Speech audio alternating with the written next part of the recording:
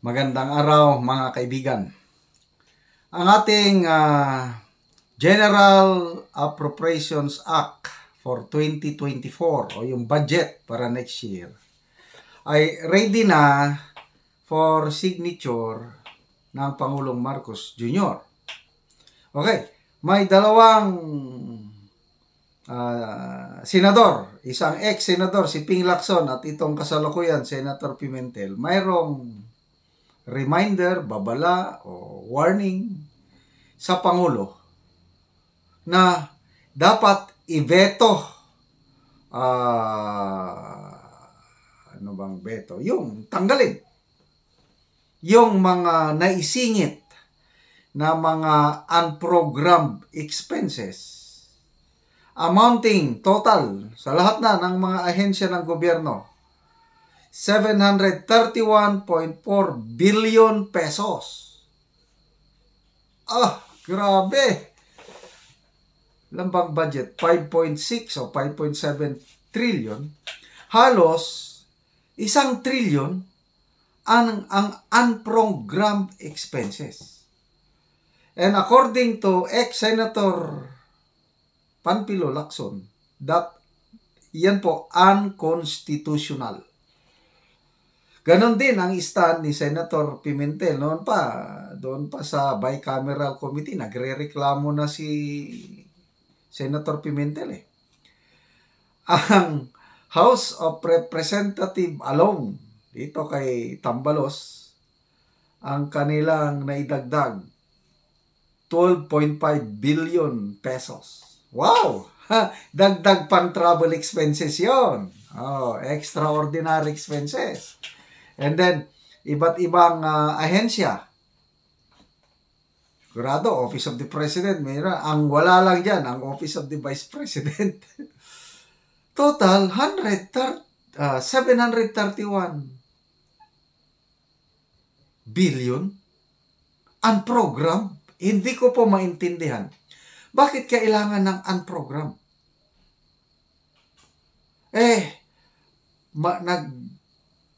Nagkausap na, bicameral na, wala na talaga. Nag-usap total, makikinabang lahat. Except, isa lang ang nagre-reklamo, si Senator Pimentel lang. Ibig sabihin, ito lang Senator Pimentel, ang ayaw niya ng hocus-pocus. Kaya, salot kay Senator Pimentel, yan ang tunay na oposisyon. Nasaan na si Risa Hontiveros? Diba oposisyon? Wala na. Alam na this. Happy na. Naging sunod-sunuran na si Hontiveros kay PBBM. Wala nang kontra-kontra. Mabuti pa si ex-Senator Lacson at nag-iingay pa. At nakikita niya yung mga naisingit na probisyon. Alam niyo, ito ring ex-Senator Franklin Drilon, okay daw yun. Pwede daw yun magsingit ng mga unprogrammed expenses. Ano yan? Itong mga dilawan talaga, halatado. Ano na sila? Pro-BBM. Kasi nandyan si First Lady Lisa. No wonder. Pure-blooded dilawan. Mar Rojas, yan. Sina Dilima, Franklin Drilon. Wala na. Ang opposition ngayon, si Tatay Digong na lang At mga vloggers, kami na, Maharlika. Yan, ang mga oposisyon. Sasot, Crisette Laureta Chu, Banat Bay, mga banatero, Yan ang oposisyon. So, paano nila gagastusin kaya yung 731 billion unprogrammed? Yun na ba yung, of course, sa Congress, sa House of Representatives, Senado kaya, certification lang yan. Yung mga ibang ahensya, Office of the President, paano? Unprogrammed. Okay lang sana kung hindi naghihirap ang nasa laylayan. Bahala sila. Ako, hindi na ako apektado dyan dahil galing sa inyo, taxpayers, tumatanggap ako ng pensyon na sobra-sobra pa sa aming mag-asawa. Eh, ang kawawa, yung nasa laylayan na halos hindi na makabili ng masarap na klase ng bigas. Bumili po ako ng bigas, 20 sacks sa price para sa ating talanting 10 City. Dahil Christmas program nila noong December 16. 1,350 per sack, yung 25 kilos per sako. That's around 52 pesos per kilo. Yun na po, ang pinakamababa, nasa 50 na. Wala na, yung tig 40 nung pag-upo ni BBM, pataas na. Kaya, wag na tayong umasa. Yan ang pangako ng Pangulo na ito na 20 pesos per kilo. Lamlam ka diha, Mr. President. Mr. Promising President. Anyway, yun po. Wala ba silang awa itong mga lawmakers natin? Ang iniisip lang nila kung paano magkapundo. Okay lang sana, pondo na klaro na mapunta sa taong bayan. Yung pondo na inilan, kailang wala na eh. Kaya naghihirap ang ating bayan. Okay, so itong sinasabi ko, pasalamat tayo sa isang social media influencer, si Madam Gina Proborov. Mahirap i-kuha nyo. Pakinggan nyo ito, kanyang analysis, siya lahat ang nagbulgar nito. Salamat po, Ma'am Gina, sa inyong pag-expose nitong mga kalokohan ng Kongreso. At sana ibeto ng presidente. Pag ibeto niya yan, ako, sasaluduhan natin ng presidente. Once nga pinirma niya, wala na. Talagang going to the dogs na itong administrasyong ito. Hello everyone! Alam niyo ba na nakikinig si President Ferdinand Marcos Jr. sa mga hinaing at mga feedback ng taong bayan? O alamin muna natin itong sinabi ni Senate President Juan Miguel Zubiri. December 20 po ang ating pirmahan ng budget. That's for sure. I'm sure nag-o-overtime po yung legal ng Malacanang na tingnan yung mga items kung may i-veto sila. But so far, ang feedback ng DBM, okay naman.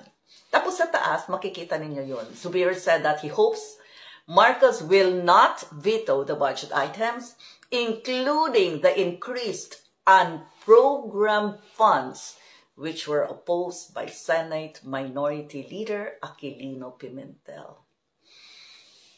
Di ba nabanggit natin yan sa isang post?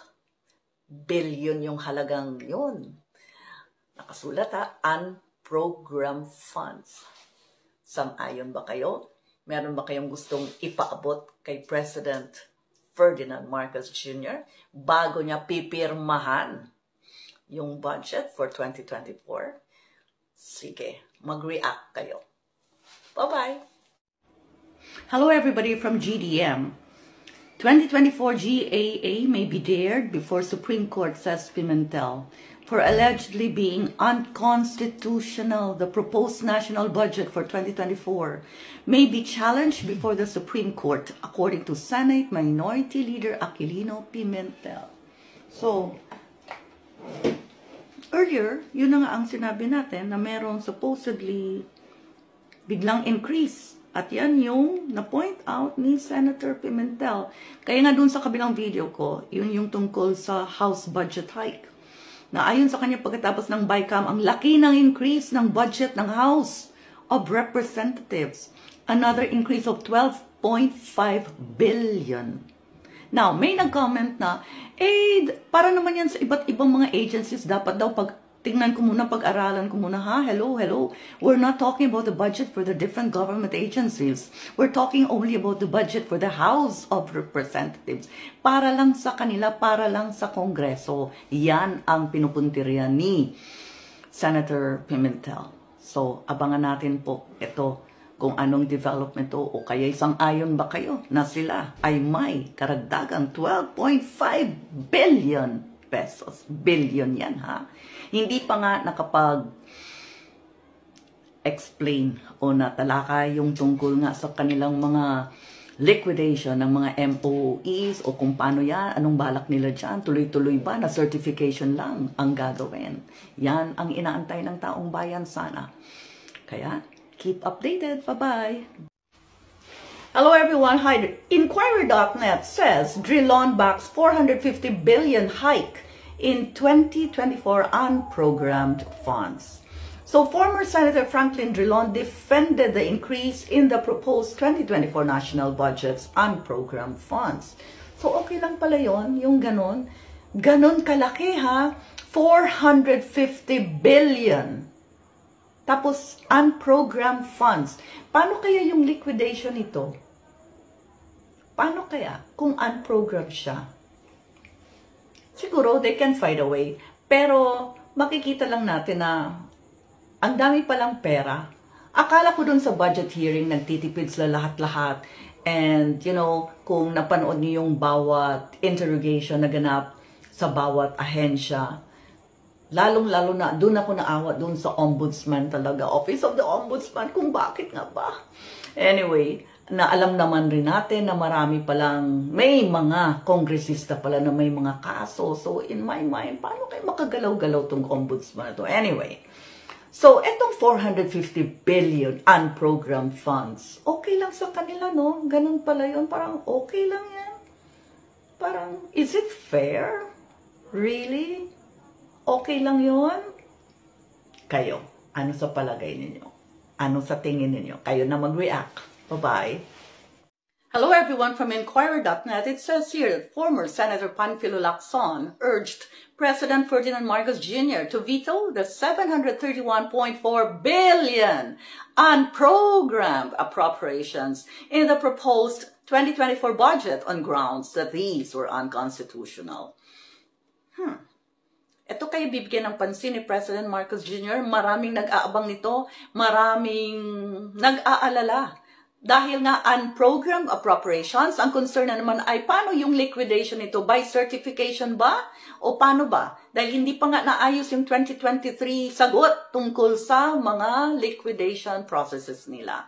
So, kayo ba sang-ayon dito sa 731.4 billion unprogrammed appropriations? Ayon kay Senator Panfilo Lacson, unconstitutional. Kaya tingnan natin ano kayang gagawin ni PBBM.